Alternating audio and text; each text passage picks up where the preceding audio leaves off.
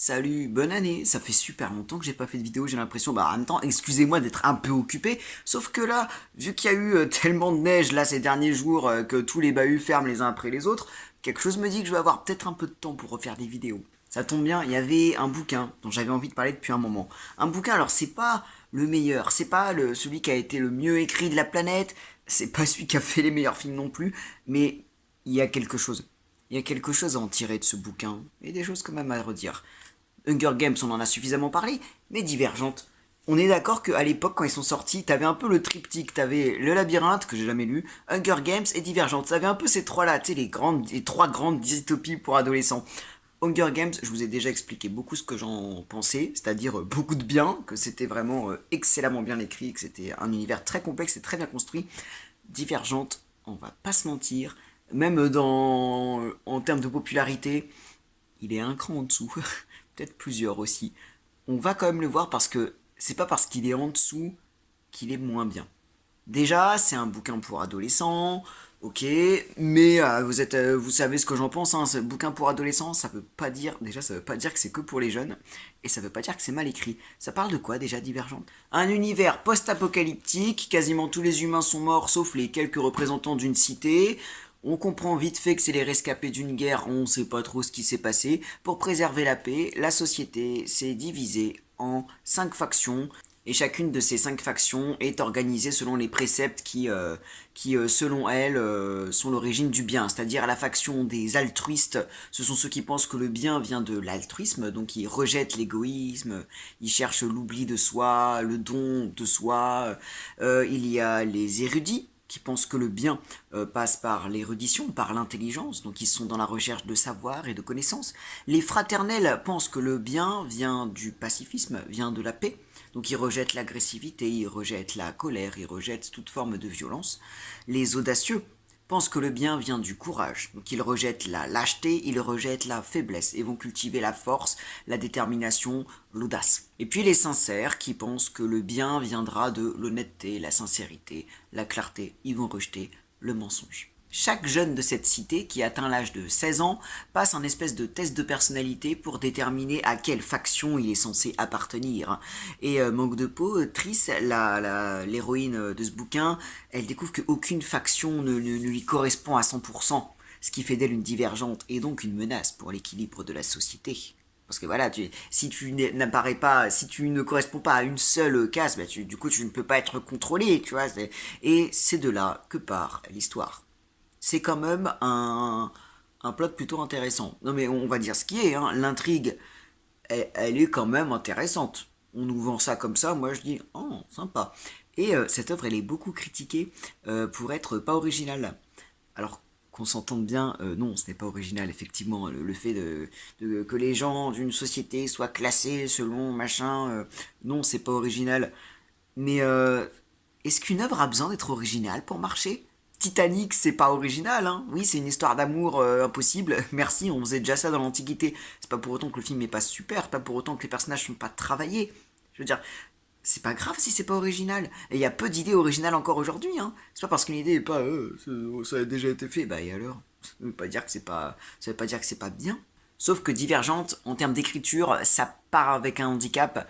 Ça a été écrite par une étudiante, une très très jeune personne. Véronique Arros, quand elle a écrit Divergente 1, elle était, elle était étudiante en lettres. Et alors, j'ai raconté, j'étais étudiant, tu vois, je sais que tu peux écrire, mais quand tu es encore en stade d'études, écrire un bouquin en 2 mois, il y a peu de chances pour qu'il soit quand même très bien. C'est simplement parce que tu manques d'expérience, tu manques de matière. En général, l'écriture, elle est assez faiblarde, quoi. Et là, l'écriture, alors il y en a des mieux. Hein, Nos étoiles contraires, c'est extrêmement bien écrit. Hunger Games aussi. Divergente, on sent que, oui, bon, l'écriture, mais l'écriture, elle est quand même bien. Oui, oui, je suis en train de dire, on peut avoir un bouquin, alors c'est pas du Victor Hugo, c'est pas forcément écrit d'une façon extrêmement polissée, complexe, mais honnêtement, Divergente, tu sens que c'est écrit par quelqu'un qui sait écrire. Ah ouais, Véronique, je suis désolé, hein, un étudiant qui te sort ça, c'est écrit. Le style il est efficace, hein, il est globalement simple, mais il fonctionne bien. C'est fait par quelqu'un qui sait à peu près écrire. C'est déjà rassurant. D'ailleurs, Triss appartient à la faction des altruistes. Donc elle est dans une société où voilà, tout ce qui est l'égoïsme, penser à soi, c'est pas bien. Et comment est-ce qu'on le sait? Dès la première phrase du bouquin, on a déjà plein de choses. Chez moi, il y a un miroir. Pourquoi c'est génial? Parce que ça sous-entend qu'un miroir dans le monde de l'héroïne, c'est spécial. Elle vit dans un, bah oui, elle vit dans un monde, elle vit chez les altruistes, dans un monde où se regarder dans un miroir, c'est interdit, tu vois, c'est pas bien parce que faut pas penser à soi, faut que penser aux autres. Et du coup, chez moi, il y a un miroir, genre, c'est un truc fou, quoi. C'est comme si je vous disais, dans ma chambre, il y a un lit. Waouh. Personne dit ça, tu sais, c'est normal, quoi. Chez moi, il y a un miroir, ouais. Chez elle, c'est spécial, donc elle le dit, ça prend une phrase. Chez moi, il y a un miroir. Ça nous donne un indice sur l'endroit où elle vit, la société dans laquelle elle vit, qui a l'air un peu spéciale, et ça nous donne un indice sur sa personnalité. On sait pas quel personnage on a, mais on a un personnage curieux. Elle est intriguée par ce miroir. Chez moi, il y a un miroir, quand même. Ça l'intrigue, hein, c'est interdit. Et en une phrase, on a déjà le début de la présentation du personnage. Triss, elle est dans une société voilà d'altruistes, mais on sent qu'elle va pas y rester. Parce qu'elle est pas altruiste. Enfin, elle veut penser aux autres, mais elle a trop d'ego, entre guillemets. Elle est pas assez altruiste. Elle a besoin de penser à elle. Et ça, c'est très très intéressant. Donc Triss va rejoindre la faction des audacieux pour apprendre le courage. Et bon, ça va plus ou moins bien se passer. Il y aura des petites aventures. Il y aura une histoire d'amour, passable. J'allais dire mauvaise, non, passable. Il y en a eu des mieux écrites, hein, mais bon, ça se passe bien. Avec toujours cette quête d'identité de qu'est-ce qu'un divergent, pourquoi est-ce que je représente une menace pour la société. Ça va rentrer en guerre de faction. C'est un bouquin sympa qui se lit très facilement. C'est ça l'avantage avec ce genre de littérature. Ok, l'écriture elle est simple, mais du coup c'est facile à comprendre. Et encore une fois, c'est bien fichu. Je suis désolé, mais chez moi il y a un miroir. Même quand vous lisez les deux, trois premières pages du bouquin, oui, on comprend assez vite. Là, c'est juste Triss qui se fait couper les cheveux par sa mère. On comprend rapidement le malaise de Triss dans cette situation, le fait qu'elle se dise ah, je suis pas censé penser à moi, mais quand même j'ai envie de penser à moi, le fait que sa mère soit très à l'aise au contraire dans ce rôle et qu'en même temps on sente son amour maternel. On présente très doucement le côté des factions, l'histoire des factions, c'est bien fichu. Voilà, par rapport à d'autres bouquins que j'ai pu lire qui étaient mal écrits, divergente, l'écriture ça passe. Pour le tome 1 uniquement. Il est peut-être temps de le mentionner, le tome 1 uniquement. Je vais surtout parler de celui-là. Il y a deux choses que je trouve très très intéressantes dans le bouquin, et c'est de ça dont j'ai envie de parler. Ça va pas être une vidéo, ce sera peut-être pas la plus longue, mais ni la plus détaillée, mais c'est ces deux trucs-là. S'il y a deux qualités que je veux donner à Divergente, ça va être celle-là. Et ensuite, on va parler des choses que j'aime pas. Mais d'abord, les deux qualités importantes, je trouve que c'est très intéressant dans l'idée. Le fait de diviser diviser une société en plusieurs factions pour bien montrer que voilà, quand chacun a sa place définie, ça marche. Sauf que quand t'as des gens qui ne pensent que à la sincérité, que à l'intelligence, que à l'audace, ça va donner quoi? Ça va donner des extrêmes en fait. Et les extrêmes, ça ne marche pas. Même s'il y a un sens où ça marche moins que l'autre, mais ne nous égarons pas là-dessus. C'est-à-dire que par exemple la faction des érudits, c'est pas juste des gens, alors on nous les vend comme des scientifiques, ils sont curieux de tout, ils veulent tout apprendre, mais en fait ils vont jusqu'à porter des lunettes pour faire sérieux, même quand il n'y a pas de problème de vue. Ils ne peuvent pas voir une chose autrement que de façon vraiment chimique, biologique, tous les sentiments, tout ce qui est empathie, tout ça, ça n'existe pas, l'homme est une machine, donc c'est catastrophique. Les audacieux, qui normalement sont là pour les valeurs du courage, c'est juste des cons. Je suis désolé, c'est la faction qui me faisait rêver adolescent et qui faisait rêver tous les adolescents, mais franchement avec le recul c'est juste des gros cons qui sont là pour, ouais vous avez vu, tu sais qui font les kékés à table, qui sont bourrés à 8 heures parce que ouais on est courageux, qui se lancent des défis débiles, qui sont juste des gros bras sans cervelle, non c'est pas du courage, c'est juste être débile en fait.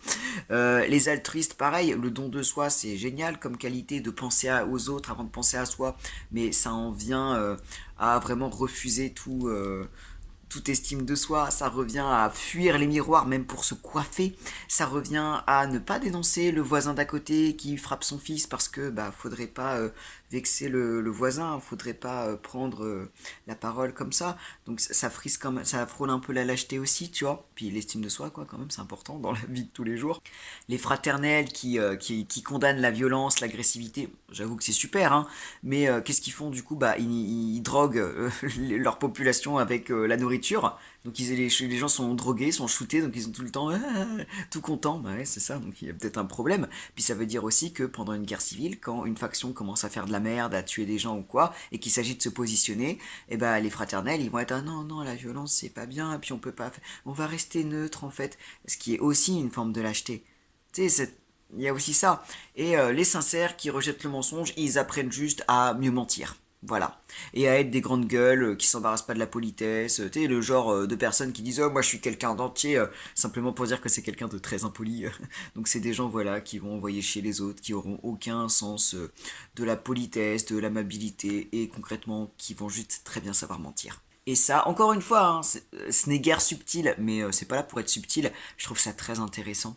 Le fait que quand on se concentre que sur une seule chose, une seule qualité, qu'on met une qualité au-dessus de tout, ça en fait quelque chose d'extrême. C'est-à-dire qu'aucune faction n'est intrinsèquement bonne. Même ceux qui semblent être les plus purs, hein, les altruistes, mais au final, bah, voilà, il y a quand même des défauts qui subsistent. Les fraternels, qui vivent, tu sais, dans des campagnes, qui dansent autour des arbres, mais qui finalement sont lâches. C'est une lâcheté, je suis désolé. En fait, c'est ça qui est intéressant. Tu peux pas rejeter un défaut. Tu peux pas rejeter un défaut. Parce que derrière le défaut, il y a toujours une qualité. C'est-à-dire que tu rejettes la violence. La violence, c'est un défaut. Mais des fois, il faut se battre. Des fois, il faut prendre parti. Des fois, il faut pousser une gueulante. Maîtriser, tu vois. Mais c'est important. L'égoïsme, c'est pas bien. Mais des fois, il faut être égoïste. Des fois, il faut penser à soi. Parce que ça va permettre de penser aux autres aussi. La lâcheté, hein, pour les audacieux, oui, la lâcheté, c'est pas bien. Mais des fois, c'est pas mal aussi de savoir être plus mesuré, de savoir se dire non, ça je ne le fais pas parce que c'est dangereux ou parce que je ne peux pas le faire. C'est important aussi. Ne pas vouloir l'ignorance, c'est bien aussi, hein, l'ignorance. Mais être capable de raisonner aussi de façon émotionnelle, c'est pas mal. On n'est pas juste des robots, on est des êtres vivants. Donc c'est important aussi, tout ça. Et pareil pour le mensonge. Évidemment que le mensonge, c'est pas bien. Mais est-ce que parfois un mensonge, tu sais, il y a des pieux mensonges qui existent. Puis il y a aussi des façons de dire les choses. Enfin, tu vois, il y a toutes ces choses-là. Être honnête, c'est pas simplement dire tout ce qu'on pense. C'est aussi comment on se comporte vis-à-vis de la personne.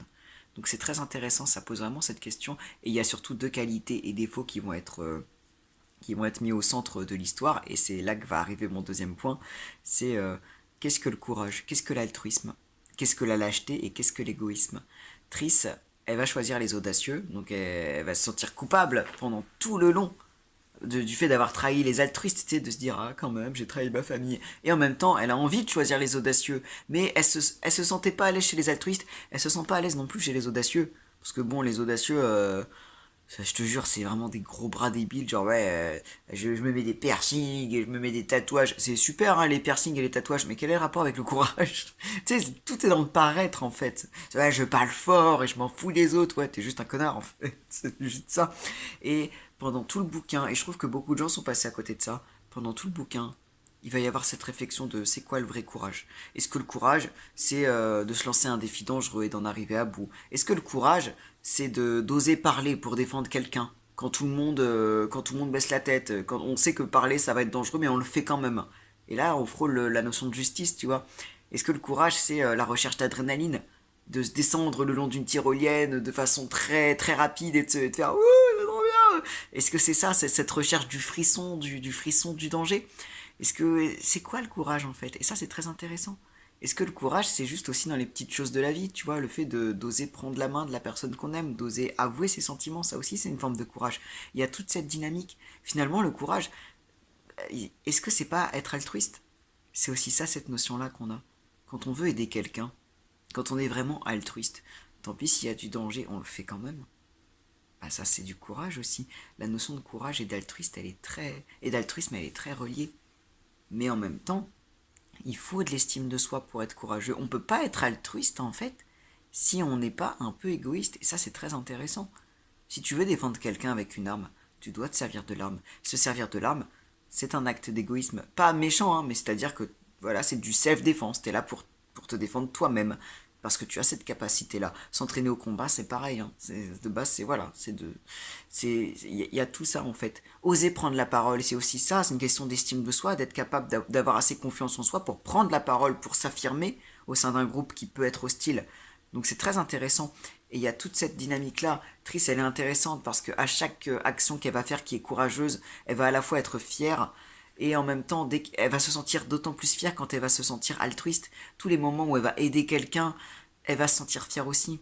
Tous les moments où elle va se sentir égoïste, elle va se sentir mal. Parfois, elle se dit, là, j'ai fait quelque chose de courageux, mais j'ai fait quelque chose d'égoïste. Et c'est intéressant. Pour quelqu'un qui se croit pas altruiste, en fait, elle fait preuve d'énormément d'altruisme au cours du bouquin. Et ça, c'est très intéressant. À un moment, il y a même cette question de est-ce que le suicide, c'est courageux? Et ça, c'est balèze pour une œuvre comme ça. Il y a deux personnes, désolé pour le spoil, hein, il y a deux personnes dans le récit qui se suicident, entre guillemets, pour diverses raisons. Un, parce que, on va dire, il y a une grosse pression, le garçon n'a pas pu gérer la pression qu'il avait, donc il a décidé d'en finir. Et l'autre, la mère de Triss, qui se sacrifie héroïquement pour sauver sa fille. Et on a ce parallèle là, parce que quand le garçon il se suicide, parce que il n'y arrive pas l'entraînement des audacieux, et tout le monde dit ouais c'était courageux pour lui, il affronte l'inconnu. Et Triss elle rejette ça, elle dit non c'était égoïste, il a pensé à lui, c'était pas courageux. Tu sais, elle met encore en parallèle l'égoïsme et le courage. Quand c'est sa mère, elle dit un truc super intéressant. Eric a qualifié le suicide d'Al de courageux, et il avait tort. La mort de ma mère est une mort courageuse. Je revois son calme, sa détermination. Son courage n'a pas juste été de mourir pour moi, mais de le faire sans l'annoncer, sans hésiter, sans même paraître envisager une autre option. Ça, c'est brillant.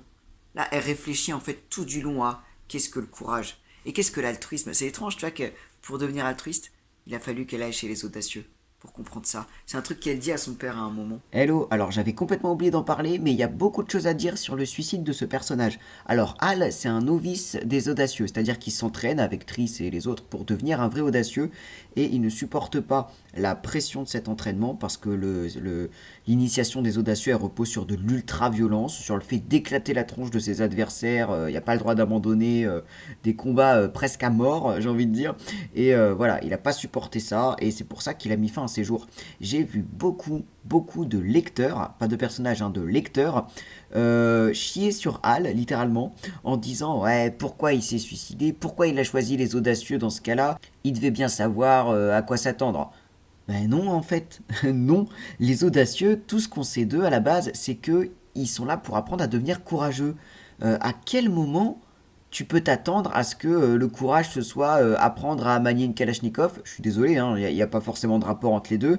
À quel moment être audacieux, apprendre le courage, ça veut dire déglinguer la tronche même pas de ses adversaires, de ses camarades pour s'entraîner au combat? Mais c'est pas normal en fait. Alors dans le monde réel, il y a des sports extrêmement violents hein, de combat, il y a le MMA, il y a la boxe thaï, mais même ces sports-là sont un minimum encadrés, il y a des règles, les participants ont droit d'abandonner, c'est du sport du coup, il y a un minimum de protection physique aussi, même si ça reste dangereux. Là, ça n'a aucun rapport l'entraînement des audacieux. Quel est le rapport entre le fait d'être courageux et... Enfin, à quel moment tu peux t'attendre à ce que ça devienne comme ça, en fait, cette initiation? Il y a même un moment où Hal, il le dit, on oblige à jeter des couteaux sur une cible avec une personne au milieu de la cible, et il dit lui-même, mais quel est le rapport entre le courage et savoir manier un couteau? Et ça, bah c'est brillant. Ça aussi, c'est brillant. Tu vois, le bouquin, il paye pas de mine, mais un mauvais auteur, il aurait pas écrit ça. Il aurait pas fait un personnage qui hésite, qui réfléchit, qui se pose des questions, qui n'accepte pas. C'est ça, hein. Véronica Ross, c'est une bonne autrice. Elle était devenue une bonne autrice déjà très jeune. C'est pour ça que c'est devenu un carton. Parce que les gens pensent, ouais, ça a été édité n'importe comment. Non, je suis désolé. Si Divergente ça a marché, bah c'est qu'il y a une raison. Et honnêtement, on la comprend. Bref, rien que pour avoir toutes ces réflexions sur le courage et l'altruisme, je vous conseille vraiment Divergente si vous l'avez pas lu. Si vous l'avez pas vu aussi, parce que le film est pas mal, mais il met moins l'emphase là-dessus, tu vois. Là, c'est du récit à la première personne comme Hunger Games. On est dans la tête du personnage, donc c'est d'autant mieux pour savoir exactement ce qu'elle pense, tout ça. Enfin, c'est un personnage qui est quand même très intéressant. Moins que d'autres, mais encore une fois, Triss, elle est quand même bien construite. Il y a une critique qui a souvent été faite sur ce bouquin, et ça m'a étonné. Beaucoup de gens disent que c'est un bouquin voilà, qui est une propagande de la religion chrétienne. pour le motif que l'autrice est elle-même pratiquante, ok, et il y a des mentions de la religion dans le livre. Les gars, franchement, juste pour ça, alors déjà, que l'autrice soit croyante ou pas, je vois pas le rapport avec la choucroute, vraiment. Je veux dire, il y a plein d'auteurs qui ont des religions, on s'en fout. Et ensuite, est-ce que ça apparaît dans le livre? La réponse est oui. Triss, c'est un personnage qui est croyant, mais on en fait mention combien de fois dans le récit? Deux, trois, je sais pas. Elle vient d'une famille chrétienne pratiquante, c'est tout. C'est mentionné à deux, trois fois dans ses souvenirs. Il y a un moment où elle manque de mourir et elle pense un peu à Dieu, mais c'est tout.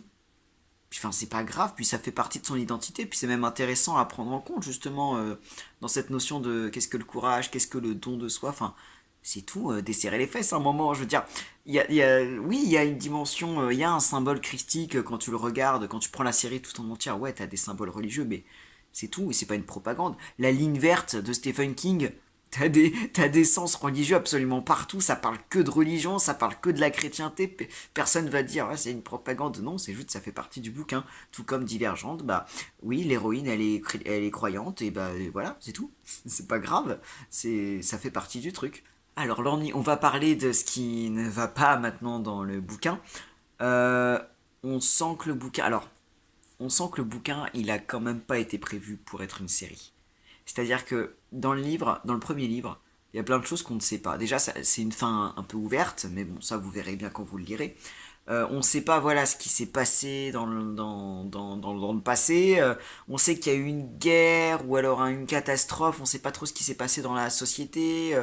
Qu'est-ce qui s'est passé pour que les factions soient créées? Il y a des choses qu'on ne sait pas. Et on sent que l'autrice n'y a pas forcément réfléchi. Elle se dit, bon, tant pis, j'ai envie de dire, oui, quand t'es étudiante et que t'écris ton livre, tu peux pas avoir réfléchi forcément à tout le lore. Tu te dis, bon, bah, on verra, ça va garder du mystère. Sauf que comme le truc a bien marché, elle s'est fait un peu dépasser par le succès de son bouquin. Les éditeurs lui ont dit, ok, Véronica, bah, tu nous écris la suite maintenant. Et sauf que Véronica, elle avait pas pensé à écrire la suite. Donc les suites sont pas terribles. On sent que l'autrice, elle sait pas où elle va. Et ça, pour le coup, c'est un défaut. Bon, c'est pas sa faute, encore une fois, mais voilà. Autant Hunger Games, on comprend assez vite. Enfin, je sais pas si les suites étaient forcément voulues, mais Hunger Games, les trois livres de la saga principale, on sait à peu près où on va. Alors oui, il y a des effets, machin, mais concrètement, on sent que ça a quand même été un peu construit. On sent que Suzanne Collins, elle savait ce qu'elle voulait faire. Là, on sent que c'est un peu écrit un peu n'importe comment. Le tome 2, t'as certaines idées, ils essaient de faire une mini-révolution, un peu comme Hunger Games, hein, c'est une mini-révolte. Il y a des bonnes idées, mais qui vont pas forcément loin, c'est un peu fouillis, tu sais pas ce qui se passe, la fin, elle est un peu... Ouais, y a pas de... Enfin, c'est bizarre. De toute façon, le tome 2 d'une trilogie, c'est toujours un peu spécial. Et le tome 3 ça part dans tous les sens. En fait, ils étaient dans une simulation à la Truman Show. Et pour voir si les gens arrivaient à rentrer dans des cases. Enfin, ça sort de nulle part. Tu te dis, qu'est-ce que vous avez fait? C'est comme si à la fin d'Harry Potter, t'as des martiens qui arrivaient et qui disaient ouais, en fait, tout ça c'était une expérience qu'on a fait sur des humains et tu te dis mais pourquoi? C'est catastrophique. C'est pour ça que je parle surtout du tome un là. Divergente, le tome un il est très très bien. Il a beaucoup de potentiel, il est vraiment excellent dans les réflexions qu'il apporte. Le tome 2 et 3 je les ai bannis de ma mémoire. Le tome 2 était tout juste passable et le tome 3 mais c'était ridicule. Donc c'est pour ça, j'ai en demi-teinte avec cette saga, parce que c'est terrible.